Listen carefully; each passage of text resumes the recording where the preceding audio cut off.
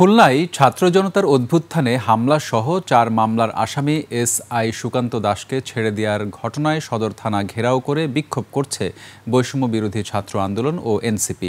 Khulna metropolitan police KMP সদর দপ্তর ঘেরাও করে বিক্ষোভ শুরু করে বৈষম্য বিরোধী ছাত্র আন্দোলন ও জাতীয় নাগরিক পার্টি এনসিপি।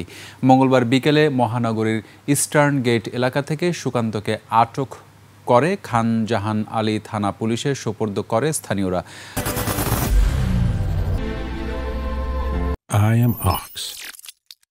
রাতে তাকে ছেড়ে দেওয়া হয়। এই ঘটনায় ফুঁসে উঠে বৈষম্য বিরোধী ছাত্র আন্দোলন ও এনসিপি খুলনার নেতাকর্মীরা। সুকান্তের বিরুদ্ধে মহানগর বিএনপির সভাপতি অ্যাডভোকেট শফিকুল আলম মনার বাসভবনে ভাঙচুর ও ছাত্র জনতার আন্দোলনে অতর্কিত হামলার অভিযোগে 4টি মামলা রয়েছে।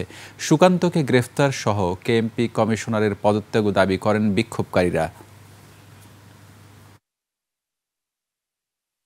বৈষম্য বিরোধী ছাত্র জনতা তাদেরকে পুলিশের হেফাজতে দিয়েছিল, যাতে তারা আশা করেছিল যে পুলিশের কাছ থেকে তারা একটা এর বিহিত পাবে, কিন্তু সেটা তারা পায়নি। এসআই সুকান্তকে যখন জনগণ পুলিশের হাতে সোপর্দ করলো, পুলিশ কোন সাহসে এবং কোন শেল্টারে, কার শেল্টারে এবং কার কথায় সুকান্তকে ছেড়ে দিয়েছে, এটার জবাব আমরা সর্বপ্রথম চাই।